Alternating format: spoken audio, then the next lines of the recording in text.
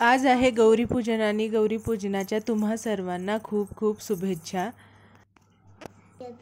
गौरीपूजना दिवशी गौरींना पुरणपोळीचं जेवण असतं, नैवेद्य म्हणून पुरणपोळी दाखवली जाते।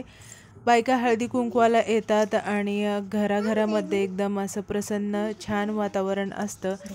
सगळीकडे ज्यांच्या घरामध्ये गौरी असतात तिथं डेकोरेशन आणि हळदी कुंकवासाठी सजावट किंवा इतर काही गोष्टी असतात त्यांची घाई सुरू झालेली असते। तर बघा मी पण असंच छोटंसं डेकोरेशन केलेलं आहे, जास्त काही नाही पण एकदम नॉर्मल थोडंच आणि थोड्याच जागेत केलेलं आहे। रेयांश असल्यामुळे जास्त डेकोरेशन करता नाही आलं, कारण तो रांगोळी म्हणा किंवा इतर डेकोरेशन होतं ते ठेवत नव्हता, पुसून टाकत होता, त्याला त्याच्यासोबत खेळायला छान वाटत होतं। तर दुपारनंतर तो झोपल्यानंतर मी रांगोळी काढून घेतली आणि डेकोरेशन पण नंतरच केलं, जे समोर थोडंसं पानांचं दिसतंय ते।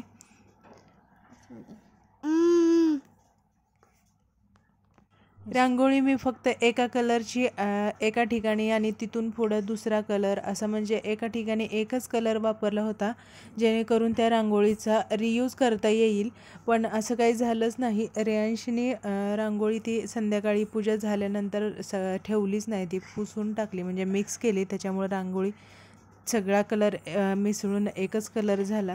तर बघा सिंपल अशी काडीने काढलेली ही रांगोळी आहे, सहज कुणीही काढू शकतं।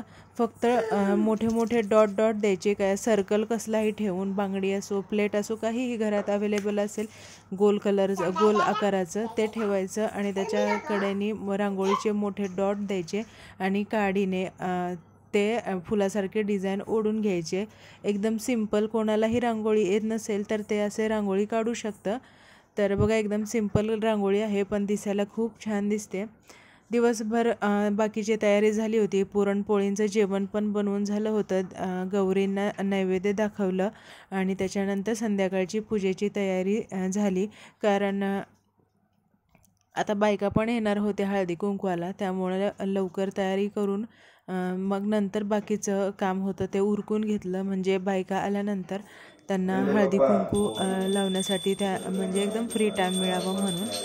तर संध्याकाळी आम्ही आरती करून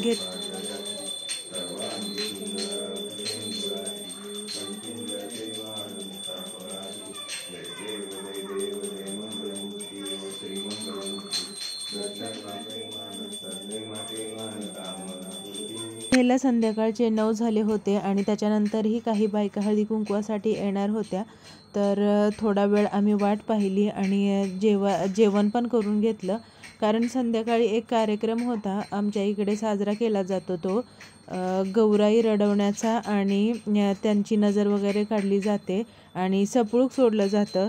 याचा व्हिडिओ बनवणार होते पण तसं जमलं नाही, त्याच्यामुळं मला तो भाग दाखवता आला नाही। गौराई रडवायच्या म्हणजे त्या आता माहेरून सासरी जाणार, मग मुली कशा सासरी जाताना रडतात, तर तसंच काहीतरी हा कार्यक्रम आहे।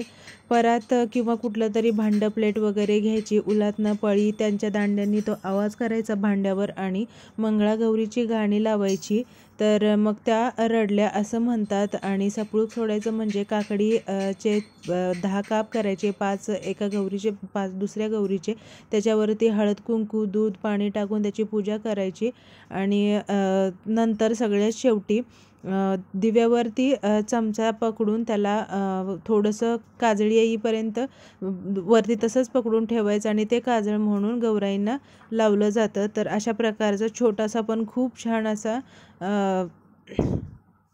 कार्यक्रम आमच्या इकडे असतो। आमच्या माहेरी नसतो हा, पण सासरी मी बघितला आणि तेव्हापासून म्हणजे खूप छान वाटतो तो कार्यक्रम। तर ते काय मला दाखवणं शक्य झालेलं नाही। तर अशा प्रकारे आमचा गौरी पूजनाचा खूप छान आणि एकदम साध्या सिंपल पद्धतीने कार्यक्रम झाला।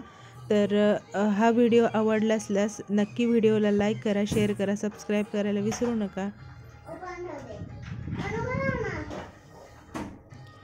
तर चला तर मग भेटूया उद्याच्या गौरी विसर्जनाच्या व्हिडिओ सोबत, तोपर्यंत बाय बाय।